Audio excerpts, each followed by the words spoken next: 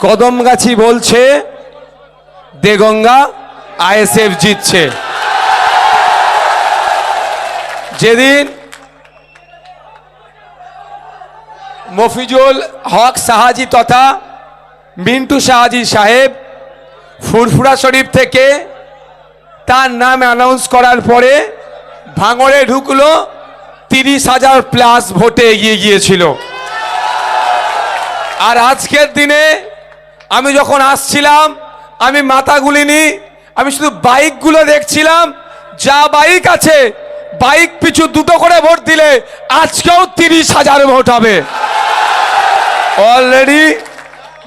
Already আমাদের মফিজুল হক সাহাজি ভাই 60,000 vote পেয়ে বসে আছে। 2021 সাল তখন বিজেপি চলে আসবে, এই গল্প শোনানো হয়েছিল। দেগঙ্গার মানুষেরা, কদমগাছির মানুষেরা আমাদের ভালোবাসলেও, ভোট দিবার ইচ্ছা থাকলেও বাইনারি পলিটিক্সের শিকার হয়েছিল। ভালোবাসার পরেও কাঁদতে কাঁদতে হলো ভোটটা তৃণমূলকে দিয়েছিল, বিজেপিকে আটকাওয়ার নাটকের ফাঁদে পড়ে। কিন্তু আজকে 2026 দেগঙ্গার মানুষ, কদমগাছির মানুষ, আপনার বিভিন্ন এলাকার মানুষ এটা ভালো করেই জেনে গিয়েছে যে বিজেপি তৃণমূল আলাদা নয়, এই বিজেমূলকেই পরাস্ত আমাদেরকেই করতে হবে। আমরা 50,000-এর অধিক ভোট পেয়েছিলাম। 2021-এ নানান বাধা বিপত্তি ছিল, অনেকে ভাবছিল নতুন দল করেছে কি হবে না হবে, উল্টো দিকে বিজেপি চলে আসবে, সাম্প্রদায়িক শক্তি চলে আসবে, তাকে রুখার দায়িত্ব নিয়েছিল, সেই জন্য অনেক ভোটটা কমেছিল।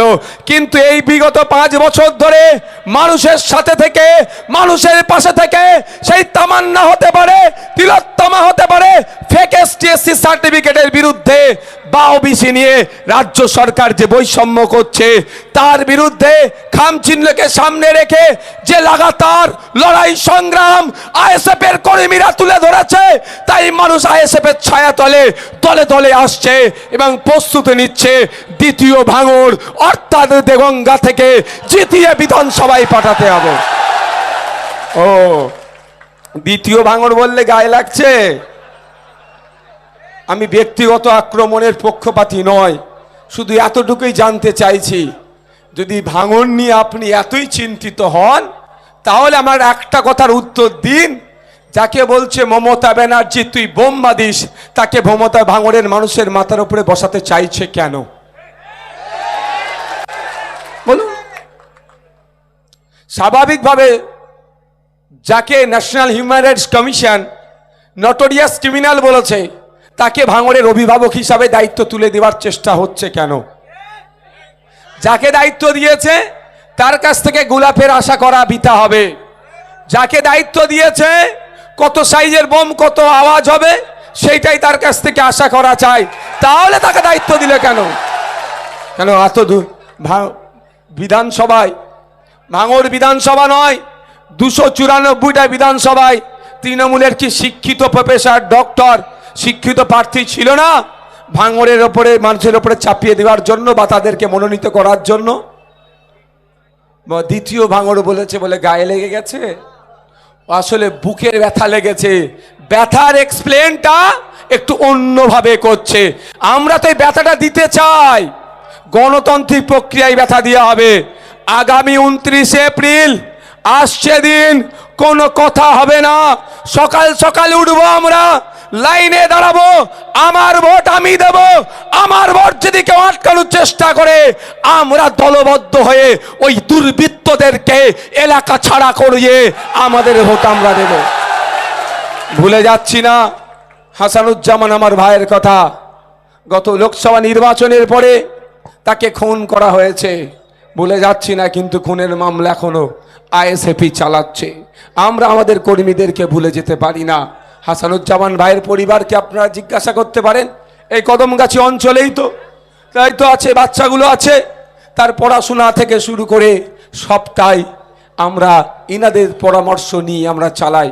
কারণ সে আজকে আমাদের মধ্যে নাই তো কি হয়েছে, সে যদি থাকতো আইএসএফের ঝান্ডা বইতো, সে নাই, কিন্তু তার পরিবারকে আমরা ছেড়ে দিইনি, আমাদের সাথে নিয়ে সব সময় ঘুরছি। আইএসএফের এই নীতি আদর্শ নিয়ে চলে। আইএসএফ মারামারি হানাহানির কথা বলে না। কেউ যদি গণতন্ত্রকে হত্যা করতে আসে, আইএসএফ তখন একটা কথা বলে, গণতান্ত্রিক প্রক্রিয়ায় এর জবাব আমাদেরকে দিতে হবে। যদি মনে করেন ভোটের রাত্রে, ভোটের আগের রাত্রে বা ভোটের দিনে বোমাবাজি করছে, হই হই করছে, ঘরে ঢুকে থাকবেন, তাহলে আপনাদের বলবো ওই 84 হাই স্কুলে যে বাচ্চাগুলো পড়াশোনা করছে তাদের কথা একবার ভাবুন। এই মিড ডে মিল ওরা চুরি করে খাবে। আবার পোশাক টোশাক নিয়ে কি বলেছে তো আমাদের মিন্টু ভাই বলেছেন তোটা, আমি আর ওদিকে যাচ্ছি না। আর যদি মনে করেন 5 বছর নয়, আগামী দিনে এই দেগঙ্গাতে কোনো জায়গায় ভোটাভুটির জন্য বোমাবাজি হবে না, হিংসা হবে না, তাহলে প্রস্তুতি নেন। নারী পুরুষ নির্বিশেষে ভোটের আগের রাত আর ভোটের দিনে যদি কোনো বোমাবাজি করে, যারা বোমাবাজি করবে তাদেরকে একটু তাড়িয়ে নিয়ে যাওয়ার চেষ্টা করুন। একবার ঘর থেকে বার হন, একবার ঘর থেকে বার হন, ওদেরকে ঘরে ঢুকিয়ে দেন। 5 বছর এলাকায় কোনো অশান্তি হবে না, হিংসা হবে না, এটা আমি দায়িত্ব নিয়ে বলতে পারি। দেখুন, পেরে যখন উঠতে পারে না আমাদের সাথে, নানান অসত্য পথের অবলম্বন করে আর করছে। তবে একটা কথা বলি, এটা 2021 নয়, এটা 2021 নয়, এটা 2026। আইএসএফ এর ছেলেরা তখন নতুন রাজনীতিতে এসেছিল, ছিল গুটি কয়েক একটু অভিজ্ঞতা সম্পন্ন, কিন্তু ম্যাক্সিমাম 98% ওয়ার্কার্স আইএসএফ এর সব তখন আমরা রাজনীতির র বুঝতাম না, আমাকেও জোর করে দাঁড় করিয়ে দিয়েছিল, আমিও বুঝতাম না। এখন খুব একটা বুঝে গেছি এটা নয়, তবে এতটুকু বলি, কোন রোগের কি ওষুধ দিতে হবে এখন কিন্তু আমরা জেনে গিয়েছি। ছেড়ে কথা বলে তারপরে পরে বামেদের সাথে এই দেগঙ্গা সিটটা 2021 সালে মতনৈক্য হয়েছিল, একটা বামেদের একটা শরিক দল প্রার্থী দিয়ে দিয়েছিল, মানুষের মধ্যে কনফিউজ ক্রিয়েট হয়েছিল। একদিকে বিজেপি চলে আসবে মিথ্যাচার, আর অপরদিকে যদি ভোট কাটাকাটি হয় কি হবে। পরবর্তী রেজাল্টে দেখা গিয়েছে কত ভোট পেয়েছে, সে বিতর্কে যাচ্ছি না, কিন্তু এইবার নির্বাচনে ওই ধরনের কোনো প্রক্সি ক্যান্ডিডেটের ব্যাপার নয়। চোখে চোখ রেখে তৃণমূলের দুর্নীতি চুরির বিরুদ্ধে আমাদের লড়াই হবে। সে লড়াইয়ে প্রস্তুত আছেন তো নাকি? সেই লড়াইয়ে প্রস্তুত আছেন তো নাকি? ন্যায়কে প্রতিষ্ঠা করার জন্য লড়াই হবে, এখানে মেরে কামে খাওয়ার লড়াই নয়। তৃতীয় যেটা আসছে, অস্বীকার করার কোনো জায়গা নয়, অস্বীকার করার কোনো জায়গা নয়, জায়গা নাই এখানে। সেটা আমাদের এবারে যে প্রার্থী করেছি, আমি ভাই সত্য কথাটা একটু অকপটে স্বীকার করি। ভুল করলে যেমন স্টেজেই বলে দিই, তারাও স্টেজে দিয়ে দিই, আর সত্যি কথাটা আমি স্টেজ থেকেই বলি। এবারে আমাদের যে প্রার্থী পেয়েছি, গতবারে প্রার্থী আমাদের ভালো ছিল, কিন্তু ওই আমাদেরই মতো রাজনৈতিকভাবে সচেতন ছিল না, সমস্যা হয়েছিল। তবে এবারে আমরা যা প্রার্থী পেয়েছি, ও ভালো করে কলগুলো জানে কোথায় কোথায় মুড়তে হবে। বুঝতে পেরেছেন কি বলছি? তার হাতে 40-এর অধিক পঞ্চায়েতের মেম্বার আছে, সমিতি আছে, জেলা পরিষদ আছে। হিসাব করে দেখেন, এনারা যদি গড়ে 500 করে পঞ্চায়েতের মেম্বার গুলো তোলে, অলরেডি 80,000 ভোট হয়ে যাচ্ছে।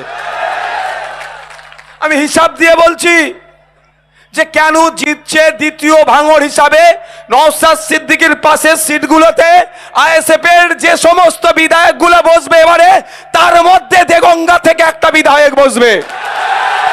শুধু আপনাদেরকে চোখে চোখ রেখে লড়াইটা করতে হবে গণতান্ত্রিক প্রক্রিয়াতে। তাহলে অলরেডি আমি 80,000-এর হিসাব দিয়ে দিলাম।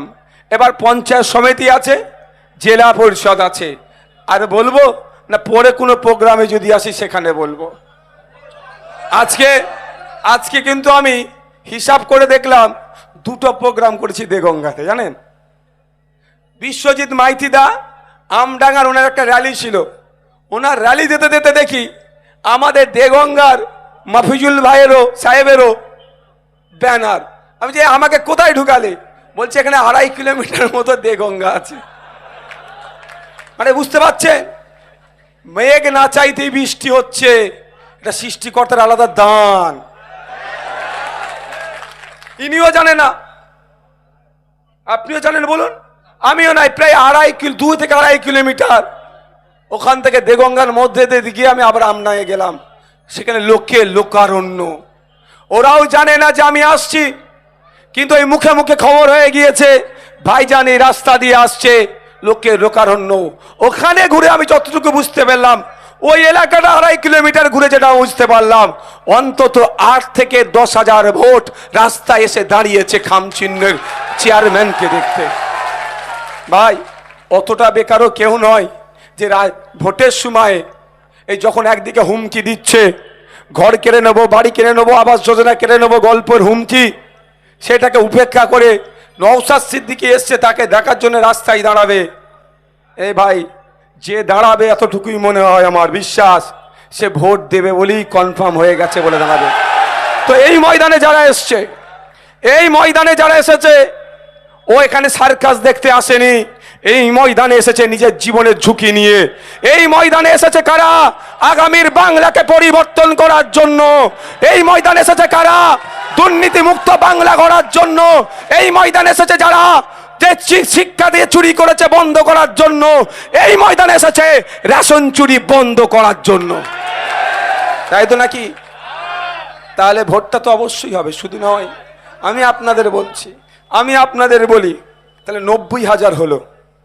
আজকে যা লোক আছে কম বেশি বাজার টাজার ঘুরিয়ে সপ্তাহে ঢুকতে পারেনি, কম করে 30,000 লোক আছে। আপনারা বলুন, 30,000-এর মধ্যে আমি 50% হচ্ছি বিবাহিত আর 50% অবিবাহিত। কিন্তু প্রত্যেকের বাড়িতে কিন্তু মেয়ে আছে, হয় মা, বেটি, নাহলে স্ত্রী, তাই না?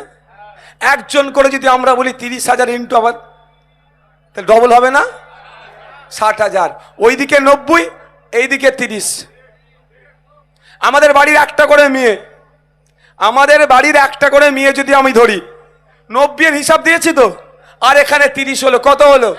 1,20,000 হয়ে গেল তো, সার্টিফিকেট এসে গেল তো। আমি কি ভুল হিসাব দেখাচ্ছি?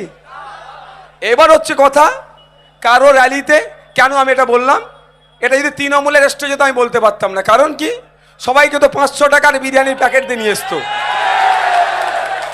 বুঝতে পারছেন? ও ভোট দেবে না ভাঙড়ে। আমি আমার ছেলেদেরকে বলেছি, আমি বেশি দায়িত্বশীলেরা যাবেনি, বদলাম হয়ে যাবে। 25 জনের বুথ কমিটির বাইরে যারা আছে, আমি বলেছি ভাই বেকার, তোদের হাতে কাজ নাই, 300 টাকা রোজ, তারপর থেকে যদি তার পরিবর্তে 500 টাকা বাইকের তেল আর বিরিয়ানির প্যাকেট দিলে তোরাও খেপ মারবি, ওদের অসুবিধা নেই। দেখছিলাম, দেখেছেন তো, তৃণমূলের বড় নেতা বক্তব্য দিচ্ছে, ওদের মোবাইলের ডিপিতে নওশাদ সিদ্দিকীর ছবি লাগে, আবার এত ঢামনা ছেলেরা ভিডিও করে ছাড়ছে। ঢামনা মানে একটু পাকা, বুঝতে পারছেন? আমি ওই এখন এবার আসা যাক এই লাইনে, কেন ভোটটা আইএসএফকে দেবেন বলুন আপনারা? হতে পারে তো যে আইএসএফকে কেন ভোট দেবো? আইএসএফকে এই জন্যই আপনাকে ভোট দিতে হবে, আগামী 5 বছর আপনি ভালো থাকবেন না খারাপ থাকবেন সেটা নির্ভর করছে আপনার ভোট দেওয়ার উপরে।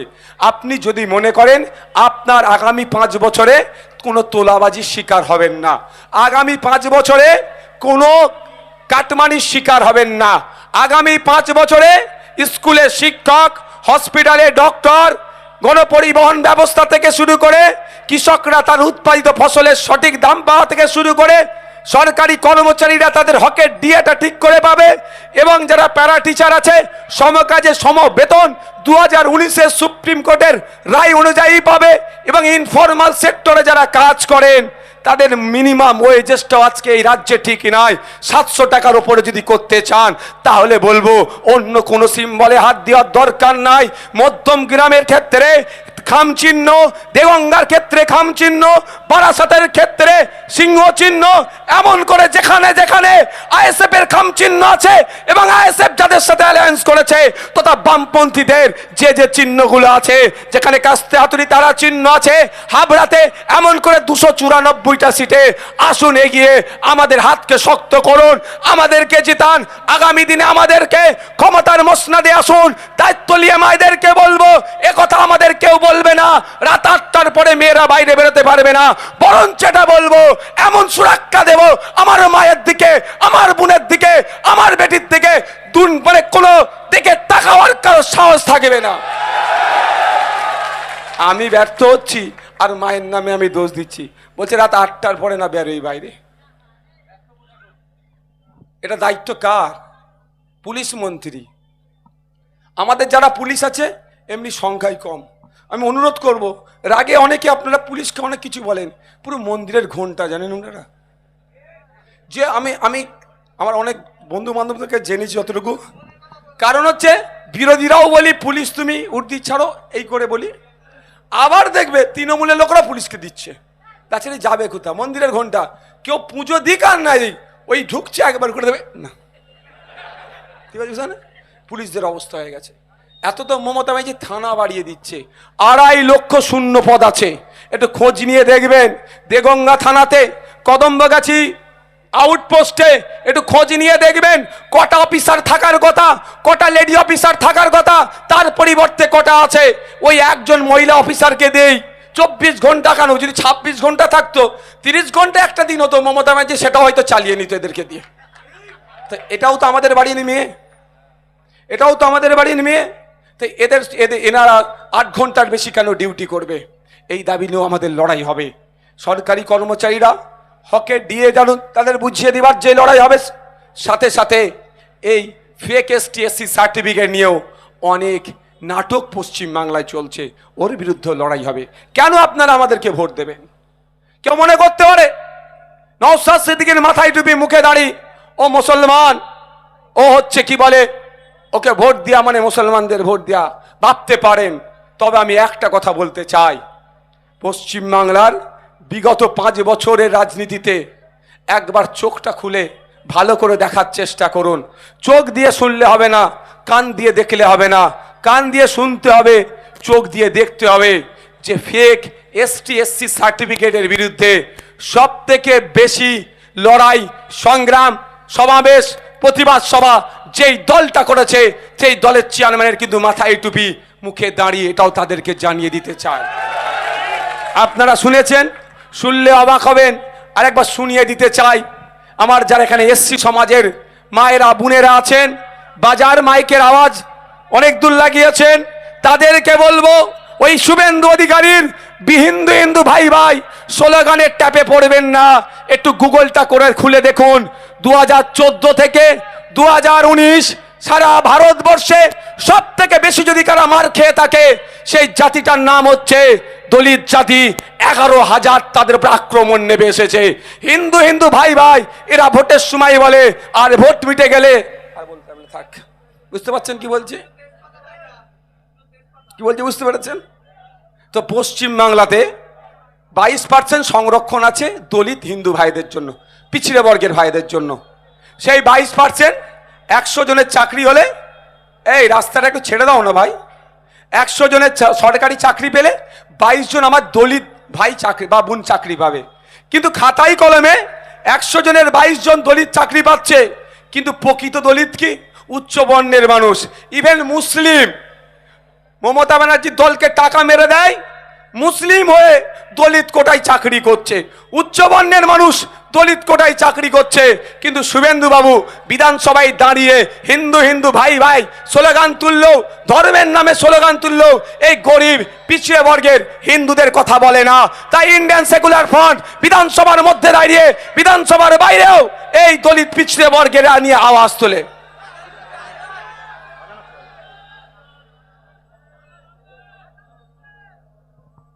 ঠিক আছে, আর 5 মিনিট বক্তব্য বাজানোর পরে